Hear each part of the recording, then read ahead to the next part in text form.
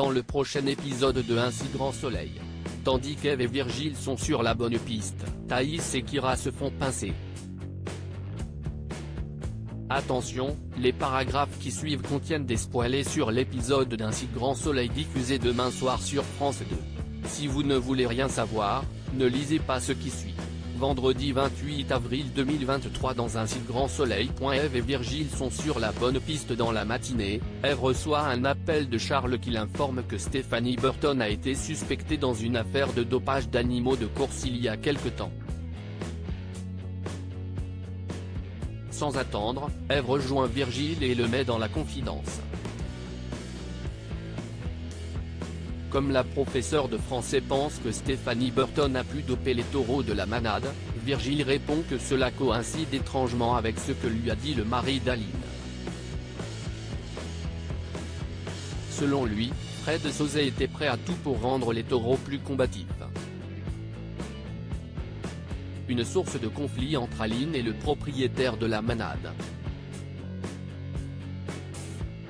Eve envisage alors qu'Aline ait pu découvrir que Fred dopait les taureaux et qu'elle menaçait de le dénoncer.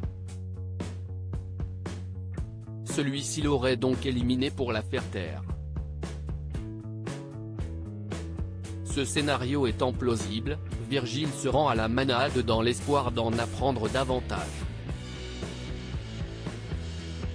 Tandis qu'il assiste à un entraînement de taureaux, il questionne Fred sur la forme olympique de ces bêtes. Bien évidemment, le propriétaire de la manade esquive le sujet. Pendant ce temps, Manu poursuit son enquête sur la mort d'Aline Delclos. En consultant des sites amateurs sur les courses camarguaises, le policier tombe sur une photo sur laquelle Benoît Augier, l'homme qui se faisait passer pour le mari de la défunte, et Fred Sauzet discutent. Immédiatement, le commissaire Becker appelle le juge Laplace pour faire requalifier l'instruction. Non loin de là, Fred Sauzet fait part à Stephanie Burton de ses soupçons concernant Virgile. S'il se demande si Virgile est flic, Stephanie est convaincue du contraire. Selon elle, il se renseigne tout simplement pour son client. Fred reconnaît alors qu'il devient parano avec toute cette histoire. En fin de journée, Virgile va voir Eve à son appartement pour dîner. L'occasion de lui raconter son entretien avec Fred. Comme il commence à avoir des doutes, Virgile craint d'avoir grillé sa couverture et propose d'aller voir la police. Cependant, Eve refuse car sans preuve, ils les enverront promener. C'est pourquoi, Eve voudrait aller en trouver directement à la manade. Thaïs et Kyra se font pincer. Fanny a passé la nuit à la coloc. Au petit déjeuner, elle fait part à Élise de ses doutes concernant un trafic au lycée.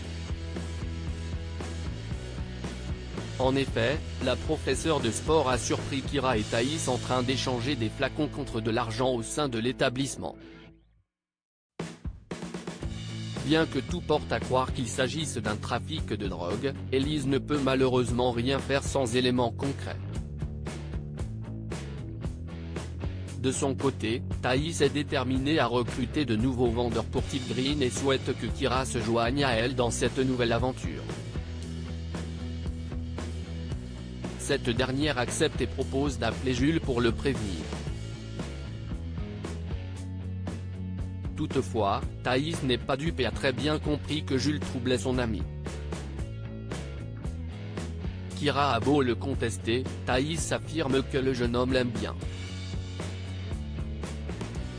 Elle précise d'ailleurs qu'il a posé beaucoup de questions à son sujet la veille. Au commissariat, Élise partage les doutes de Fanny au commissaire Becker.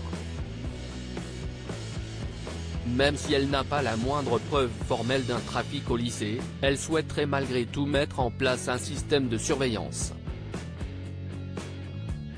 Becker accepte. En parallèle, Thaïs propose à Lily de devenir ambassadrice pour Type Green. Hésitante, l'adolescente promet d'y réfléchir.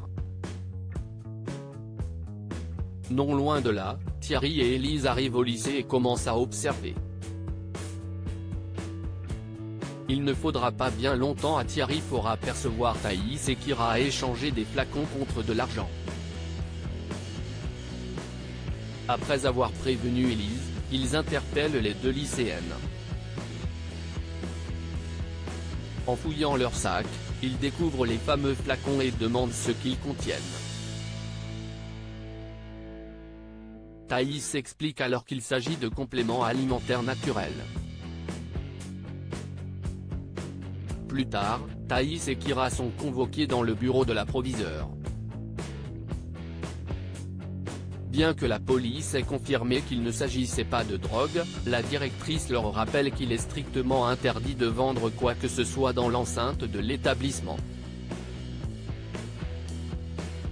Après avoir exigé la liste de tous les élèves auxquels elles ont vendu des produits, la proviseure précise qu'elle est dans l'obligation de contacter leurs parents.